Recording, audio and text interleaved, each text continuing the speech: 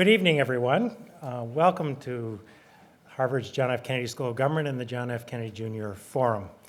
I have to say, this is the first forum since the passing of winter where it's light outside at this time, and I'm one who believes in this time change. Nonetheless, we are all adjusting. Very, very excited to have all of you here today. A good crowd to look at, to hear a remarkable man, and he will be here. I will introduce him shortly. But before doing so, I also want to say that we're delighted to have Ambassador Richard Fisher here with us tonight, and his daughter, Allison, who's sitting right over here. She's actually a graduate of the college, and actually both of them are graduates of the college, though not quite in the same era. So please join me in welcoming them here at the Kennedy School.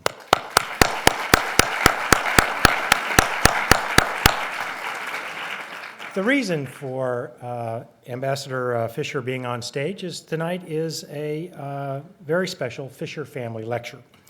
Now, the Fisher Family Distinguished International Fellows Program was created at the behest of Ambassador Fisher, who is the President and CEO of the Federal Reserve Bank of Dallas and a former U.S. Deputy Trade Representative.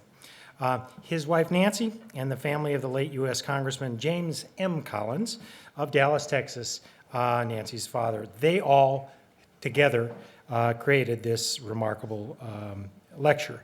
Now, the Collins family played, we were just talking about it, a quite important role in Texas politics and served in very, very many important and critical roles, not only in public life in the traditional sense, but also in civic life in universities and hospitals, higher education of various sorts.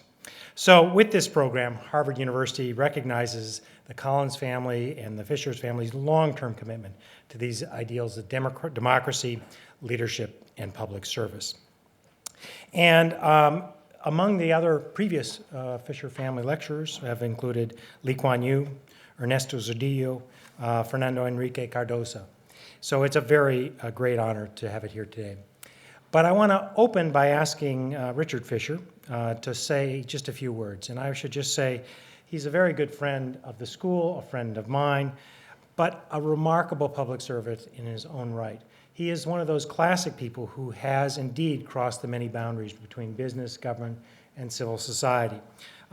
He was mentioned as having been Deputy U.S. Trade Representative under the Clinton administration. But prior to that time, he was a managing partner of FCM Investors and Fisher Ewing Partners. And from 75 to 87, he was with Brown Brothers, Harriman and Company. He's been educated at places like the Naval Academy. I mentioned Harvard, Oxford, and Stanford. What is interesting about Richard Fisher, though, is he really is a man for all seasons. He is someone who understands everything from what's going on in Mexico. He is, after all, fluent in Spanish and the world, but also someone who's very comfortable with the Federal Reserve Bank. And he's even willing to challenge conventional wisdom, even the wisdom of the bank, as recent votes have suggested. And he was even the Democratic nominee to represent Texas in the United States Senate. Being a Democratic nominee to represent Texas in the United States Senate is not always the most pleasant of opportunities, but he, in fact, made quite an attempt. So, with that, I want to welcome friend and supporter Richard Fisher.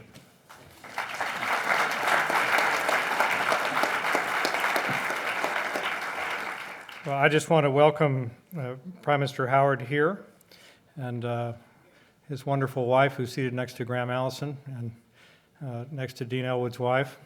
This is a special night, not only because it's a Fisher Family Distinguished Lecture and because you're following in the footsteps of others. The criterion for choosing this lecture is somebody who changed the course of history of his or her country. And for 33 years, you had an enormous impact on your country, not just as Prime Minister, but as what we would call Secretary of the Treasury or Finance Minister, which he achieved at the tender age of 38, I believe it was, and before that, serving in different ministerial capacities. But I'll tell you why this is a special evening. Because 98 years and 2 months ago, at the age of 6, my father was picked up sleeping on the doorstep of a bakery in Toowoomba, Queensland, Australia. and the magistrate wrote a report that they had discovered he had been abandoned by his mother, that his father was incapable of taking care of him. His older brother had been sold, and he was left at the age of 6 to fend for himself and live in the streets. So that wonderful resume that you just gave, when you think about miracles in life, and this is a bridge to think about how wonderful Australia and the United States are, that it was possible for the son of a beggar, my father, to send his son to Harvard, who in turn sent his 4 children to Harvard, who in turn collectively have been able to endow this program, and most miraculous of all, bring the Prime Minister, or the former Prime Minister of Australia, to speak to this forum. And for that reason, Mr. Howard, this is an extreme great honor for my family to have you here this evening. Thank you very much.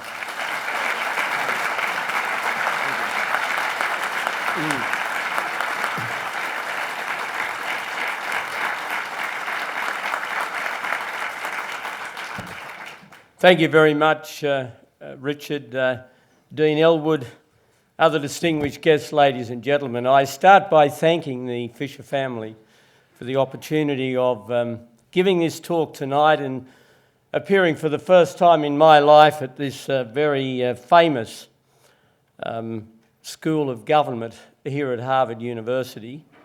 The opportunity is a special one for me, and I like very much Richard's reference to the special qualities and character of our two nations, which over the years have shared those values and common commitments in circumstances of opportunity as well as circumstances of great adversity. I wanted tonight to share a few thoughts with you about two partnerships that have been incredibly important to Australia over the last decade or more. They are the partnerships we've had with the United States, which of course is an old and deep and rich partnership, and the partnership we've had with China, which is a more recent vintage, but certainly very compelling and very important in the modern Australian experience. I've learnt from my time in politics that the substance of what you do is more important than the symbolism. But also symbolism can mean a great deal and can say a lot about relations between societies and nations. The practice of visiting heads of government addressing joint sittings of the Australian Parliament is not as well entrenched in our society as it is in the United States.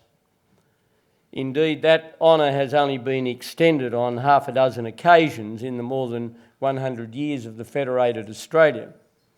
The first of those to the 41st President of the United States, George Bush.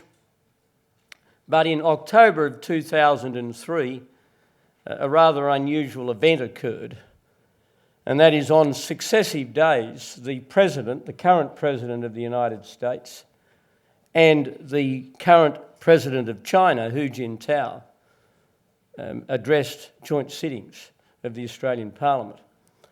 And that symbolism of those two addresses coming together said something about the importance of the relations that Australia has with both of those societies. There were, I might add, some subtle differences in the atmospherics. I had seen the current American president at an APEC meeting in Thailand only a few weeks earlier, and he asked me what reception he would get from the joint sitting. And he said, would there be any interjections? And I said, I thought there would be some interjections. I said that there would be interjections from a Green senator by the name of Brown, and that particular gentleman, who had very strong views about not only aspects of my government's policies but also the policies of the Bush administration. And true to form, Senator Brown did interject, but fortunately President Bush was well prepared and he gave him a rather robust response that won the support of even some members of then opposition parties who were also rather critical of my policies and the policies of the Bush administration.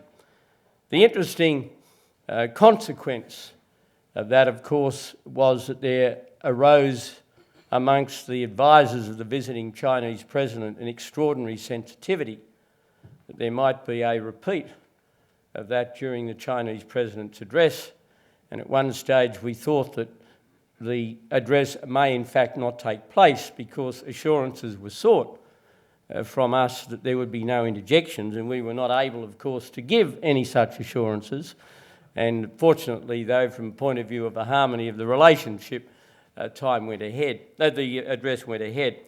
I think that conjunction of addresses and the different responses said a lot about the importance of the two relationships, and also in a very subtle but real way, the differences in relations you have with a great democracy and your relations you have with what remains politically a very authoritarian country. Australia's relationship with the United States is deep and rich and old, and it's well known to many of you.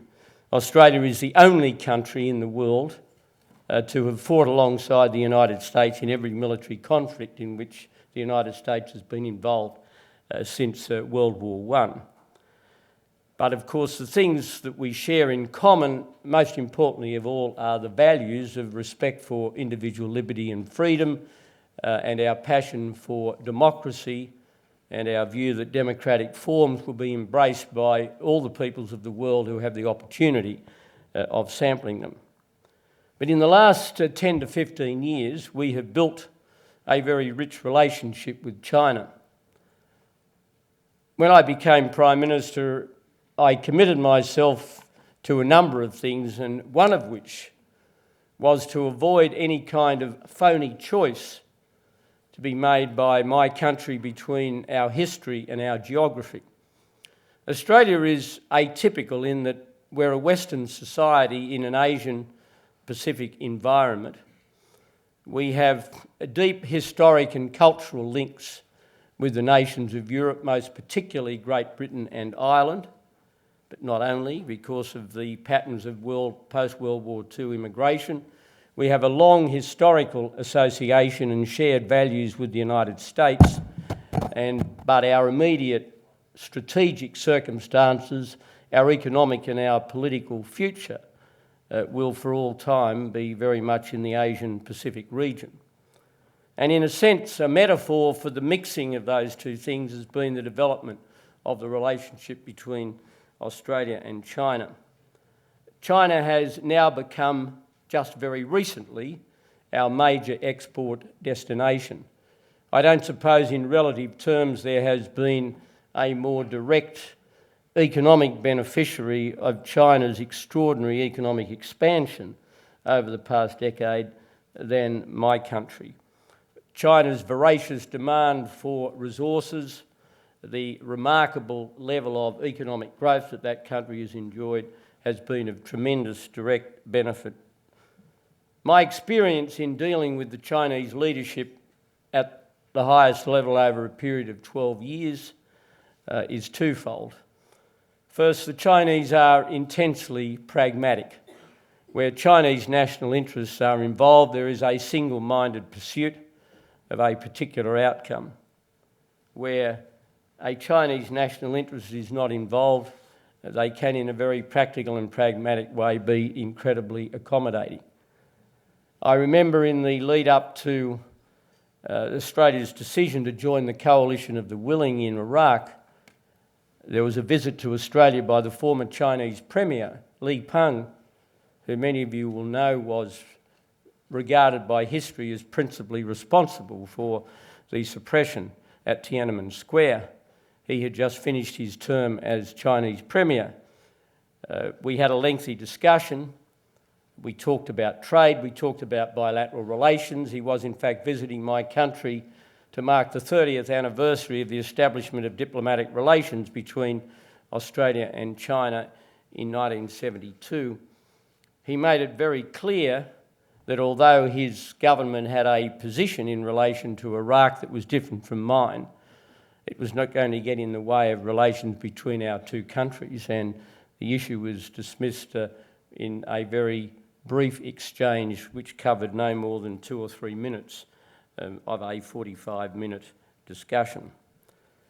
We have been fortunate in building a relationship with China over the past decade, which has in no way been contaminated by the even closer relationship that we have developed with the United States during that period of time.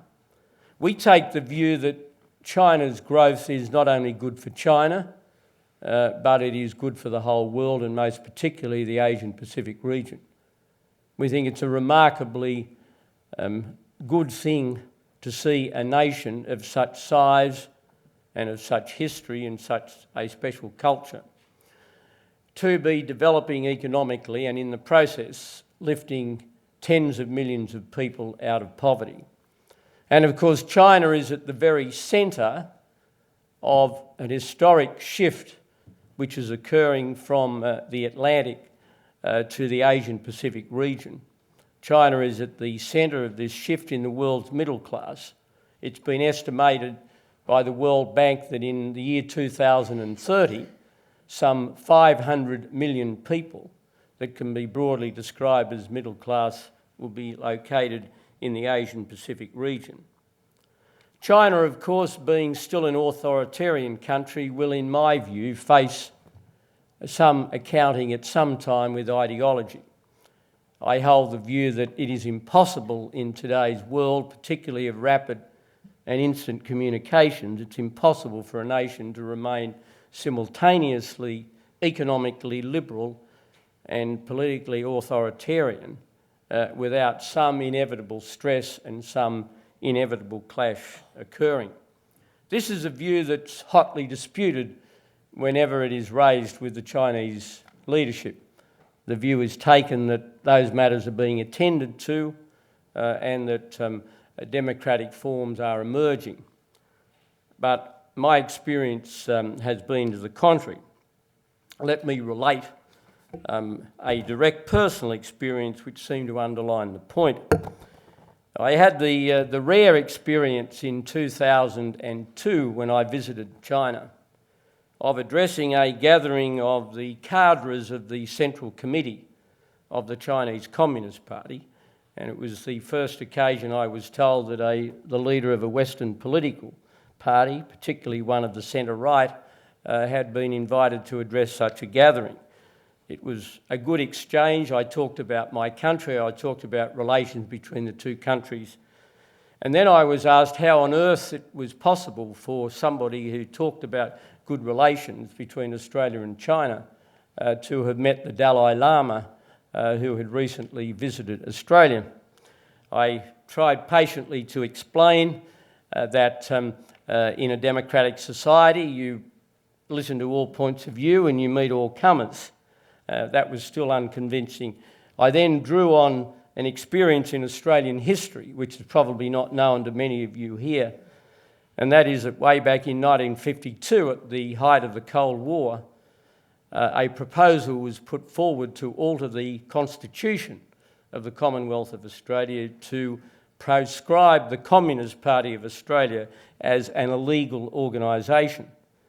And I was pleased to tell my audience that that proposition in the referendum, which was put to the Australian people, was narrowly defeated, and that therefore the Communist Party of Australia remained a legal organisation in Australia.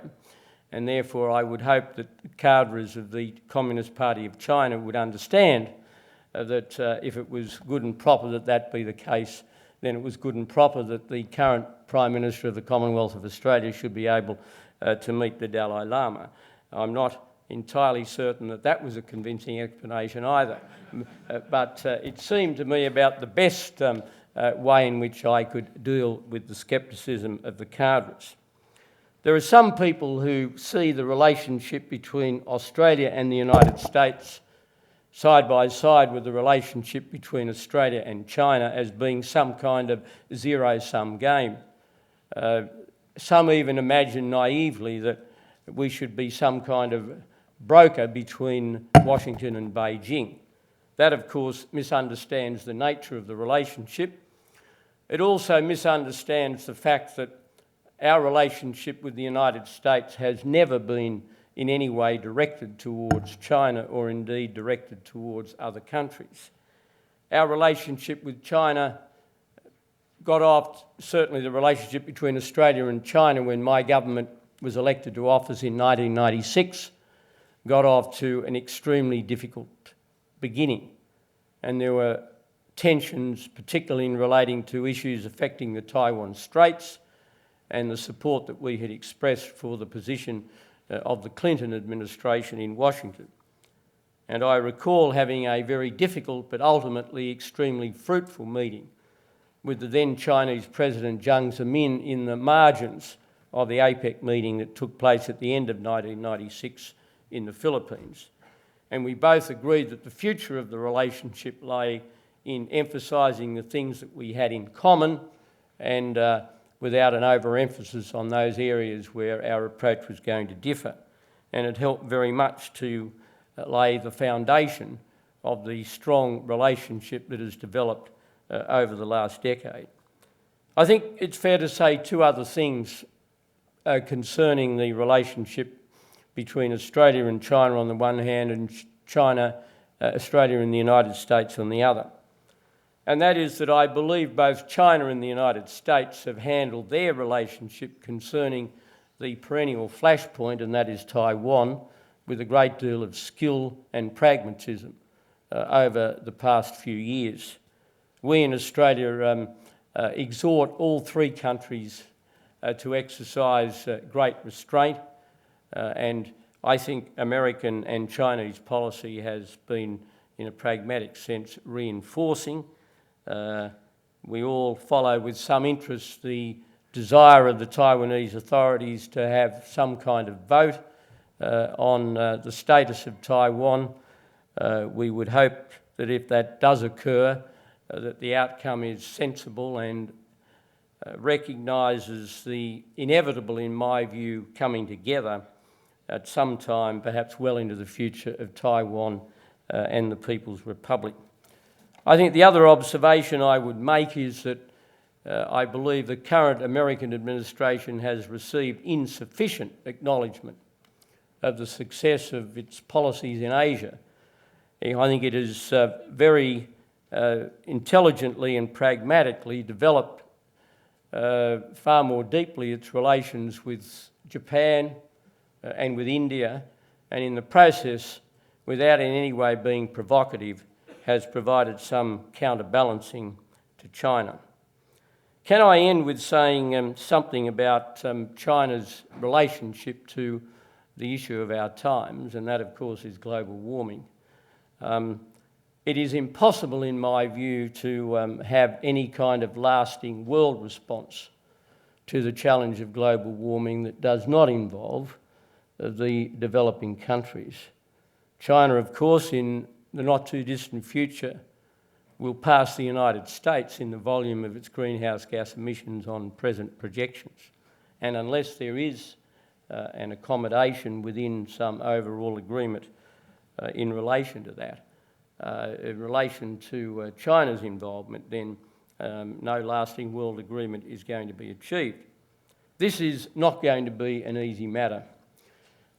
My experience, most recently reinforced at the APEC meeting, which I hosted in Sydney in September of last year, my experience is that the Chinese recognise the importance of her involvement, China's involvement, in order to make a worldwide agreement effective. But I think China is patently and understandably aware that as Western nations industrialised, they did so through highly polluting methods of development.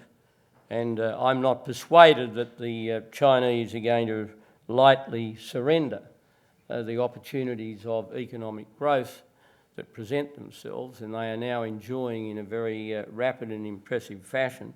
They're not going to surrender those benefits easily, and this will represent, for those who argue for and advocate and see as desirable a global agreement in relation to greenhouse gas emissions. This will present all of the nations of the world with a very strong and a very, very special challenge. Can I finish by saying that when I took over as Prime Minister some 12 years ago, I did set out, as I mentioned at the beginning of my remarks, to give expression to the reality of Australia's place in the world. And that is, we are a Western European nation. We are in the Asia-Pacific region. We have these very deep and close ties with North America. And in the course of that 12 years, to see the development in different ways and with different emphases, the development further of our relationship with the United States, and there is no country with which we have a closer strategic relationship, although some of the historic and emotional ties of my country with the nations of Europe are also very strong. But to see that develop side by side with the development of a very pragmatic, a very rewarding economically, and I think also a very valuable relationship strategically in our part of the world, to see that develop, that development between Australia and China was a source of enormous satisfaction, and one that I hope has made an important contribution to my country's place in the Asia-Pacific region. Thank you.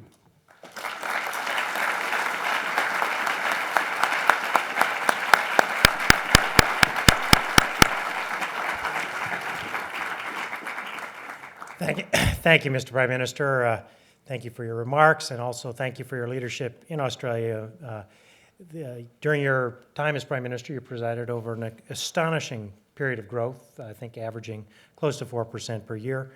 You've obviously worked both internally and externally in exceptional ways. We now have time for questions. There are 4 microphones here, and what we'll do is ask that you come to the microphone, and we'll take them in order. And let me just say that good questions here at the Kennedy School have 3 characteristics. Those that come here often can cite them by heart, I suspect. The first characteristic is that they start with identifying yourself.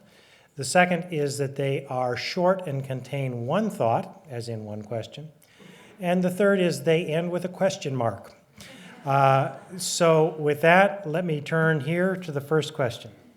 Thank you very much for speaking, Mr. Prime Minister. My question is about the Beijing Olympics. You hosted the Sydney Olympics not too long ago. I was wondering if you could comment on what you thought the face the Chinese were going to present to the world, and how this would affect the course of Chinese history, perhaps in relation to how the Sydney Olympics affected Australia. Well, I think the Chinese will go out of their way to make it a showcase for their country. That's been very obvious for years. Any nation that hosts the Olympic Games endeavours to put the best face on. I think they'll be battling to beat the Sydney Olympics, but then you'd expect me to say that. I hope they're successful. I hope for China's sake they are. I mean, with all my obvious pragmatic reservations about the political system in China and the recognition that there will at some point be that accounting with ideology, I take a very positive view of China's development, and the very fact that it's contributing to lifting tens, indeed hundreds of millions of people out of poverty is a good thing, and anything that can enhance China's sense of involvement with the rest of the world has got to be a good thing. Why don't you just stay here? Right up here. Mr. Howard, I'm Jamie Snatchell. I'm a mid-career student here at the Kennedy School. I wanted to ask you, given your speech to the American Enterprise Institute in DC last week, if you still subscribe to the convention that political leaders and former political leaders should refrain from partisan criticism of their opponents and their policies when they're overseas. Well, I think there are many conventions in play on that subject. One of them is that all political leaders are entitled to defend the policies they followed when in government. And if that means that by a process of logic, people infer a criticism of the incumbent government, then that is the fault of those who apply that logic.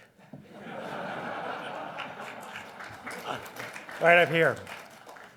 Mr. Prime Minister, Patrick Kelly from the Law School. I was wondering if you could comment on what you think the responsibilities of the new Australian government, which is now Kyoto signatory, are in selling energy, particularly coal, to China. Well, I hope that in addressing sales of coal to China, the new Australian government, as I'm sure it will look to the Australian national interest as well as the broader cause of reducing greenhouse gas emissions. My view of these matters is that we should do everything we can to share what we know of clean coal technology with the Chinese. When I was in office, we established a clean coal partnership with the Chinese. I'm also very strongly of the view that all nations should be looking to the development of nuclear power as a source of electricity generation.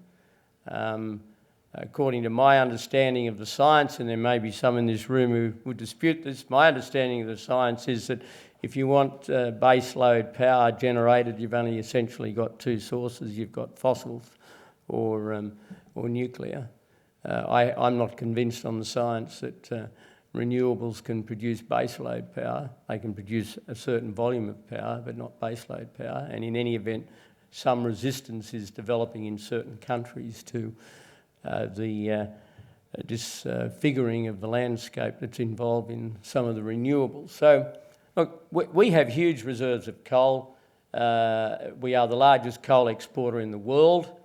No Australian government is going to, metaphorically speaking, cut Australia's throat by saying we're going to stop doing that. We should obviously get into clean coal technology.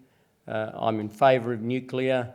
I think we'll continue to export a lot of coal to China, as we will to other countries, and China will, for some years into the future, want to buy it. Right here. Hello, Prime Minister Howard. I'm Mitchell Dong, Harvard class of 75, and I have a question about nuclear power. There was an article in the Wall Street Journal this morning speaking to the fact that China is accelerating its nuclear power program. Obviously, it has little uranium, and it signed a pact with Australia to supply or to receive Australia's uranium. My question is, what safeguards might Australia impose on this sale of uranium that China uses the uranium for commercial purposes and not for military purposes? Well, China is a signatory to the treaty, and we have entered into an arrangement with the Chinese. We're satisfied that arrangement contains plenty of safeguards in relation to the proper commercial and non-nuclear and non-military use of our uranium. We're keen to supply uranium to China. The former government was also keen to supply it to India, although at the time of the change of government, the agreement and the terms and conditions of that agreement had not sufficiently advanced for any kind of formal arrangement to be entered into. My view, and the view of a lot of people in Australia, I guess not a majority, but certainly a significant number, is that Australia, holding as we do some of the world's largest deposits of uranium, I think of certain qualities of uranium up to 30 or 40% of the world's reserves. We have an obligation to supply, but we also have an obligation not to, having sold uranium to other countries that use it to generate nuclear power, to then pretend that there's something wrong about having nuclear power in our own country. I always found that a rather illogical, hypocritical position. Right over here. Mr. Prime Minister, I'm Steve Stepak. I'm a teacher in Cambridge. Could you characterize a few differences between yourself and the current Prime Minister of Australia? Just No, I'm going to decline to do that. I think I don't know how deeply imbued you are with Australian football culture, but he barracks for Queensland in the state of origin, and because he comes from there. When I was Prime Minister, I chickened out. I wouldn't barrack in the state of origin for either side. Look, I really don't want to get into too many differences between Mr. Rudd and myself, although we obviously have differences, and the Australian people for the time being have made an adjudication on those differences. I do adhere very much to the view that where possible I emphasise the common face of Australia to the world. I think I can say this, though, because it's very well known. His party, and therefore the new Australian government, took a rather different view on the involvement in Iraq than did my government. I think there's perhaps a little more faith in the processes of the United Nations from his government than there were from mine. We were not unsympathetic to the United Nations, particularly to its specialised agencies. But the new Prime Minister of Australia has for a long time been a very strong advocate of the American alliance, and I'm sure he's very genuine in that advocacy, and I think it's very important that it be said, particularly here and indeed anywhere in the United States. And I have dealt with, for the first 4 years of my Prime Ministership, I dealt with the Clinton administration, and I had good relations with the Clinton administration. It's very important that we see that alliance as something that transcends changes of government or administration in either country. The wartime alliance between Australia and the United States was led by a Labor Prime Minister and a Democratic President. The ANZUS Treaty in 1951 was signed by a centre-right government and the Truman administration. So the process goes on. I think it is important for the relationship that the bipartisan character of it be understood, although I don't in the right forum back away from some of the differences that do exist between us. Up here. Thank you. Joe Chow, mid-career student here. Ms. Howard, I have a question on Taiwan. Do you think China's policy, one country, two system, as applied to Hong Kong and Macau, would be a pragmatic and workable solution for Taiwan? Well, my exhortation to Taiwan, as it has been to China and to the United States, is that the temperature of the dispute should be kept as low as possible. I sense in the long run there'll be some further practical accommodation.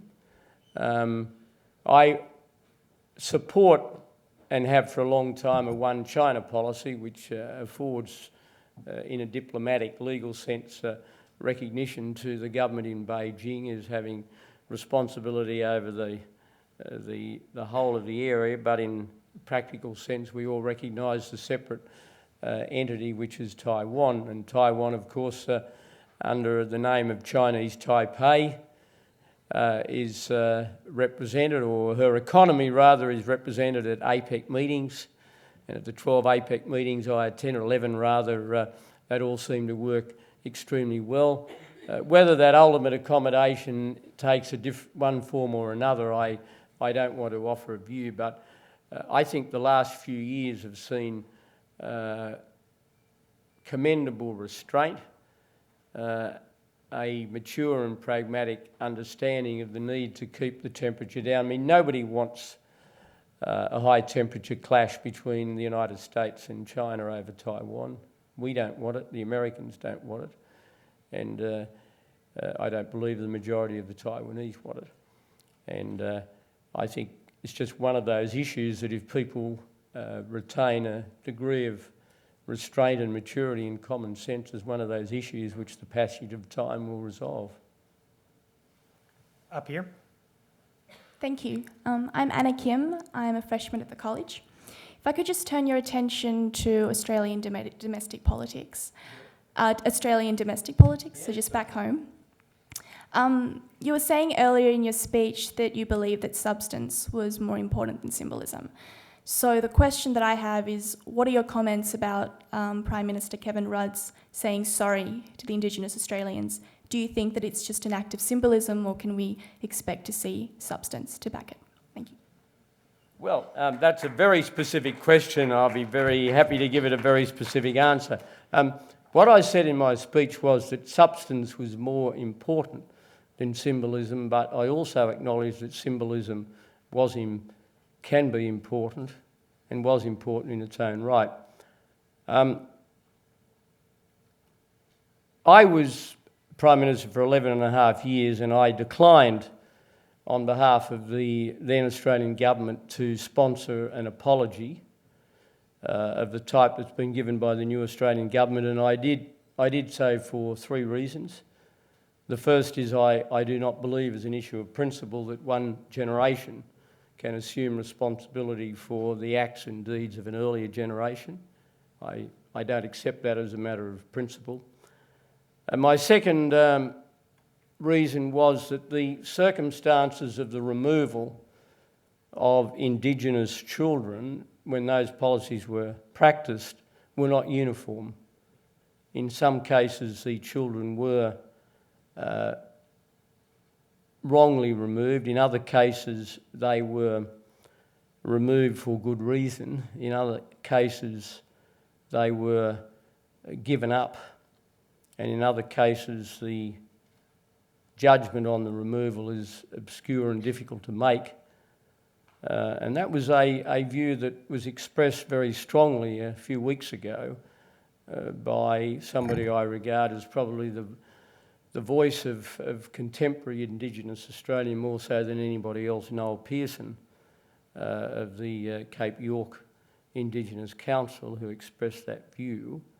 And the third reason I wasn't in favour of it was that it seems to me there's a real danger that when you do something like that, there's a psychological reaction, well, the Indigenous box has been ticked and we've solved the problem.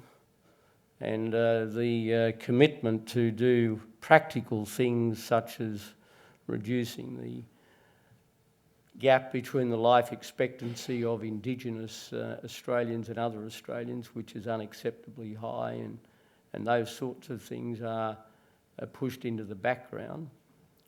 There is a broader issue, of course, and you having asked me the question, I will add this to my answer, and that is that I think Australia went through a period of 20 or 30 years of failed policies in relation to Indigenous affairs. I think we persevered for too long with notions of separate development. I think the only way that the Indigenous people of Australia can get what we call a fair go is for them to become part of the mainstream of the community and get the benefits and the opportunities available in mainstream Australian society, whilst always recognising, which I believe you can, consistent with the enjoyment of the benefits of mainstream Australia, whilst always respecting the particular and special place of the culture and history of the Indigenous people in the life of the country. Right over here.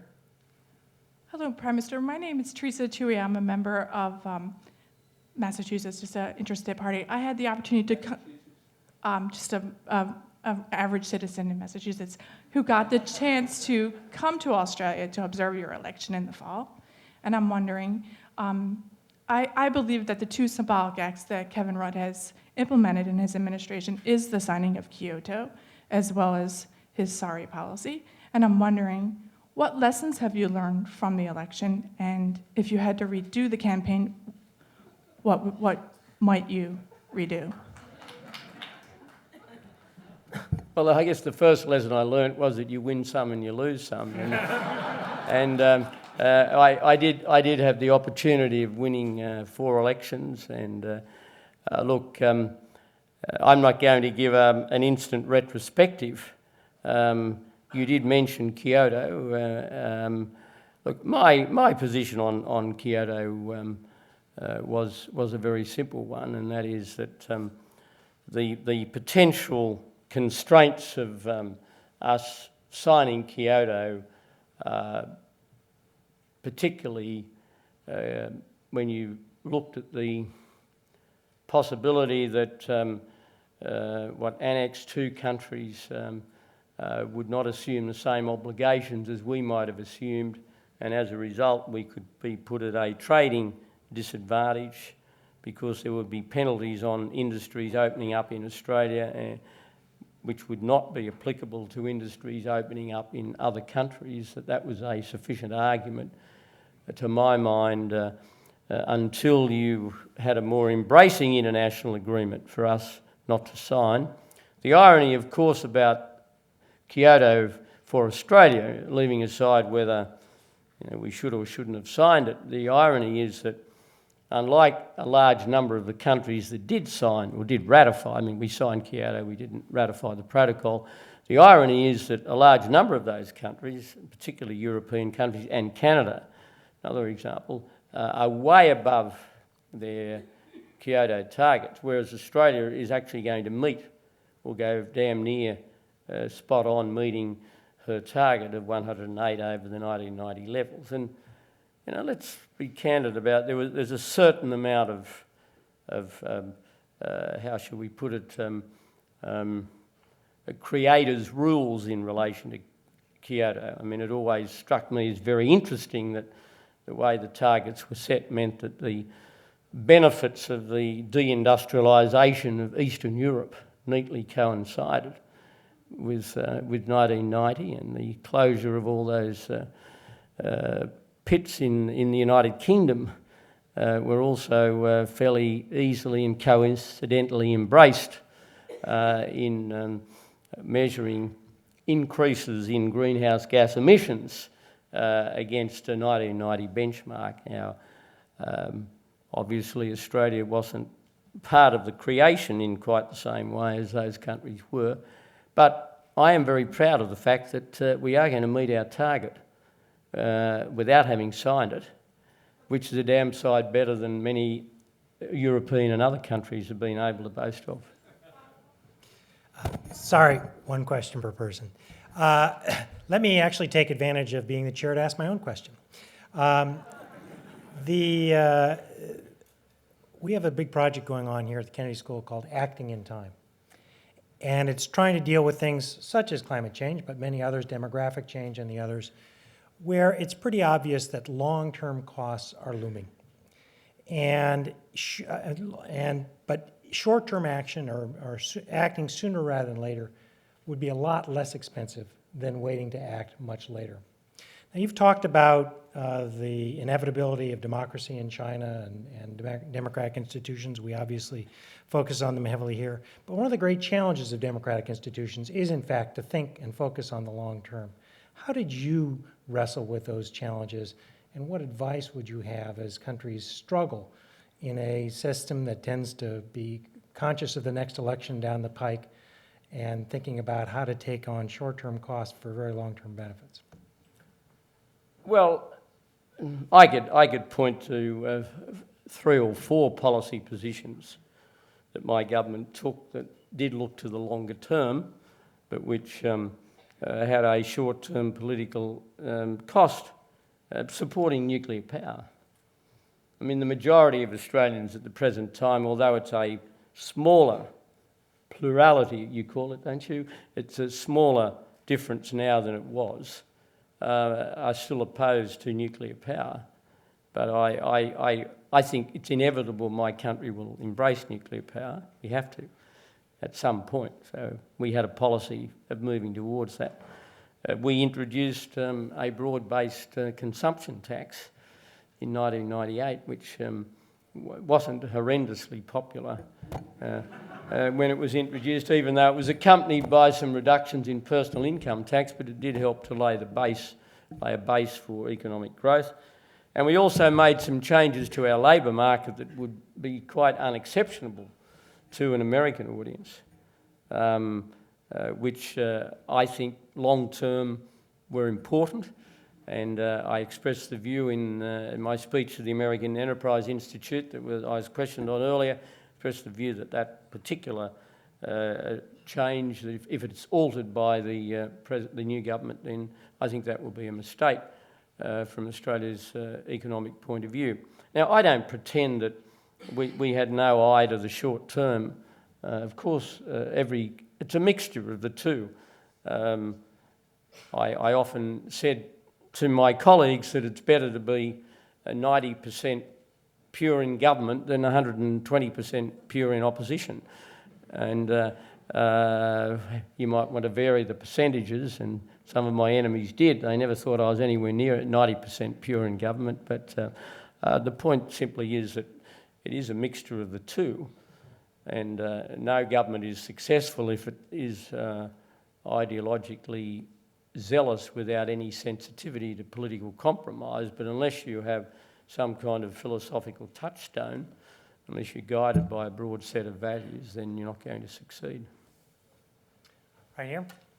Hi, Mr. Howard. My name is Lawrence Hugh. I'm a student at the business school. My question is, what do you see as Australia's biggest challenge in the future when facing conflicts or issues that involves both the American and the Chinese interests? Thank you.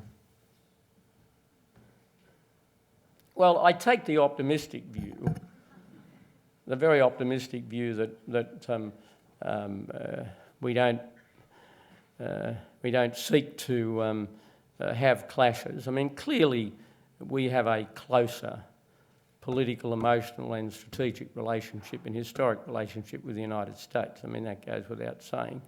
But you don't look at these things in terms of having to choose. I mean, that was the mistake that I think was sometimes made in debates about Australian foreign policy in the early 90s, and I alluded to it at the beginning of my remarks, where we had this almost perpetual seminar about our national identity as to whether we were an Asian country or who was closer to us or who was not. I mean, in the end, we are a country that has that sort of trilogy of connection, and that will always be the case. And we have managed over the last decade or more, and I'm optimistic that that can continue, to maintain that position. And I mean, in the early part of our relationship, the first few months after there was change of government, we did have a rocky period, but once we sort of got a proper basis for it, and the basis in relation to China and Australia is that we do emphasise those things that we have in common, the benefit we can give to each other. We don't pretend in our dealings with China that we're dealing with a democratic political system. We aren't willing to compromise on issues of principle. I mean, I mentioned the Dalai Lama. I think the Chinese government understands that. I haven't noticed any deterioration in relations between Australia and China following our meetings with the Dalai Lama, which occurred on 2 occasions. We had a pretty highly publicised defection of a Chinese diplomatic official, and there were suggestions that all sorts of consequences would flow if he were granted political asylum. He was granted political asylum because he met the criteria laid down in our law for political asylum. And I think you can find a pretty pragmatic accommodation, but I certainly don't see major clashes occurring, and we will do our bit to prevent that happening. Up here. Mr. Howard, my name is Claire O'Neill and I'm a second-year Master of Public Policy student here at the Kennedy School. In opening the lecture, Mr. Fisher talked about what impact you'd had on Australian life and Australian society, and I think after 11 and a half years there's no doubt that that's been deep and profound. And I wondered if you could give us some reflections looking back on how you do feel Australia's changed under your leadership.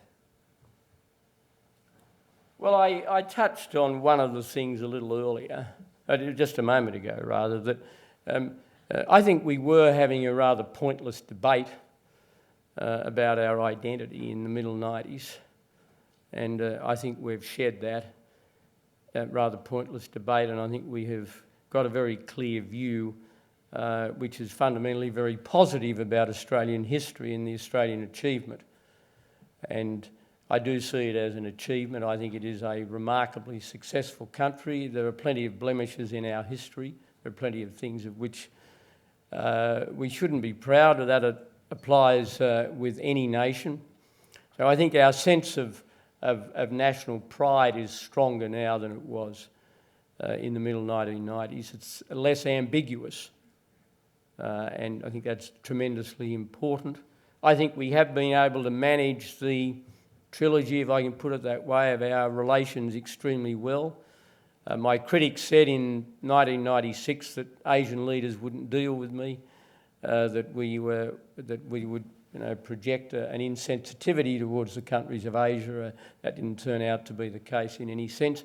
We have further deepened our relationship with the United States, and holding as I do the view that the United States will remain the strongest economic force and therefore the strongest democratic force in the world for an indefinite period of time. I think that's tremendously important.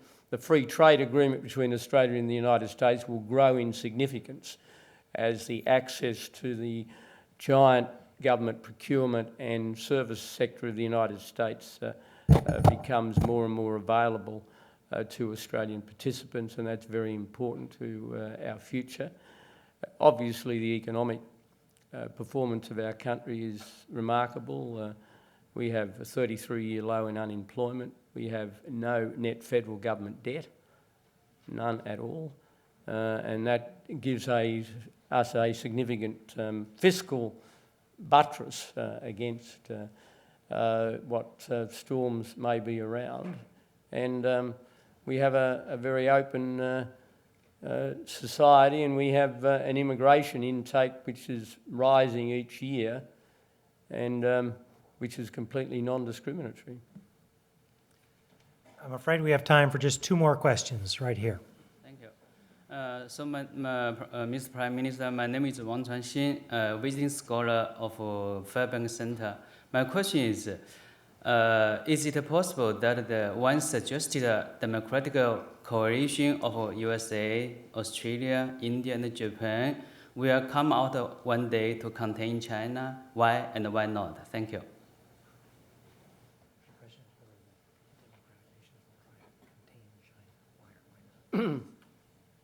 Well, there's no plan, secret or otherwise, to do that.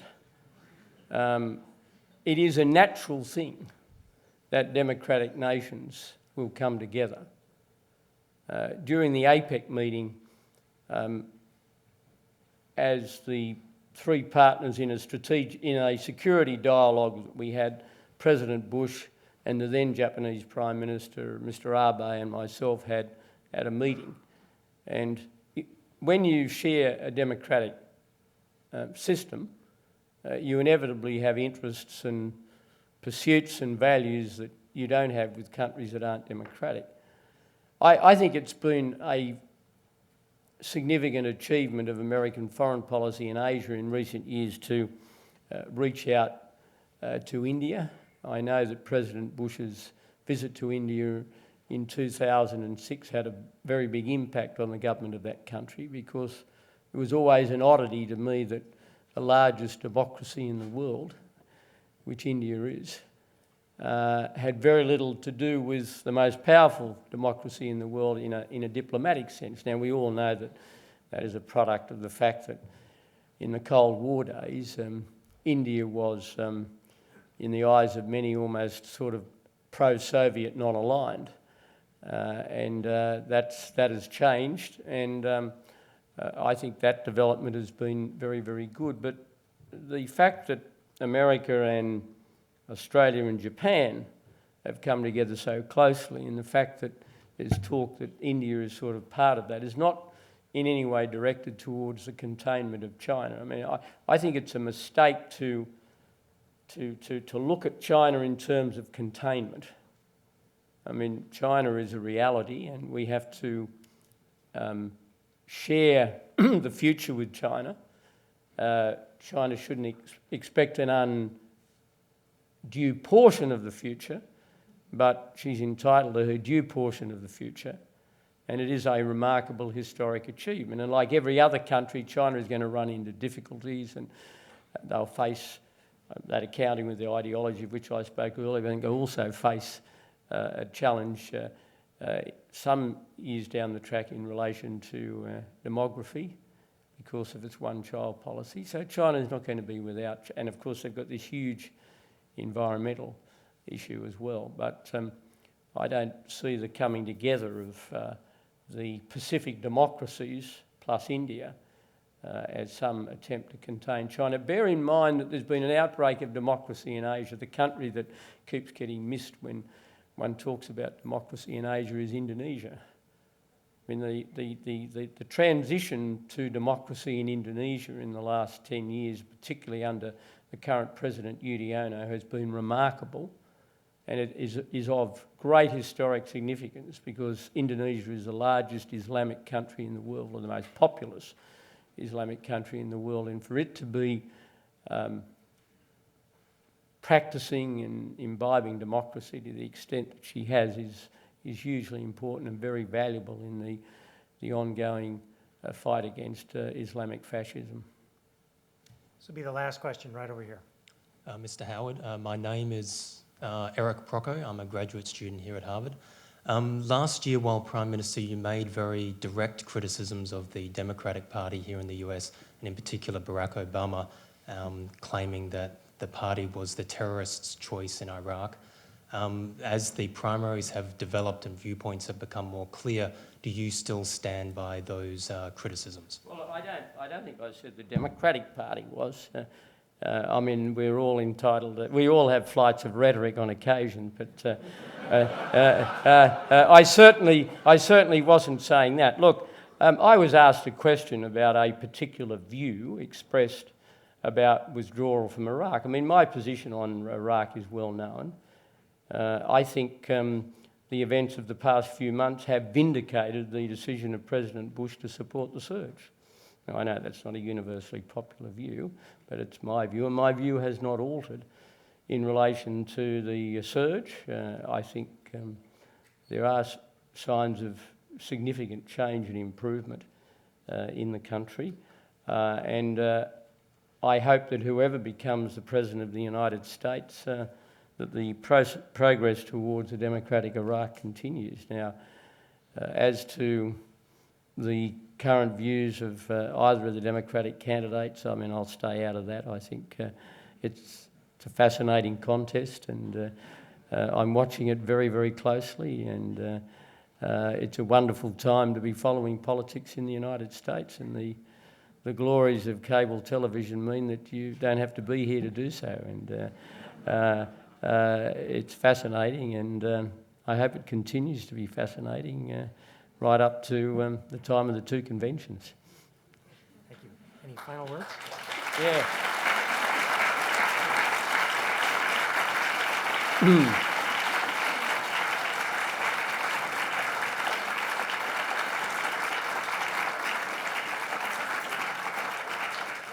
I've been asked by Dean Elwood to say a final word. My final word is really to return where I began and to thank the Fisher family for the wonderful opportunity of talking to you all. This School of Government is famous. It commemorates a man who made a remarkable impression on his own nation and the world, and the opportunity of talking about two relationships between my country and on the one hand the United States and on the other hand China, both important in the world of today, but very different relationships, has been valuable and important for me, and I hope it's been of some use to all of you, and it's great to have met you all, and I wish the school every good fortune in the years ahead. Thank you.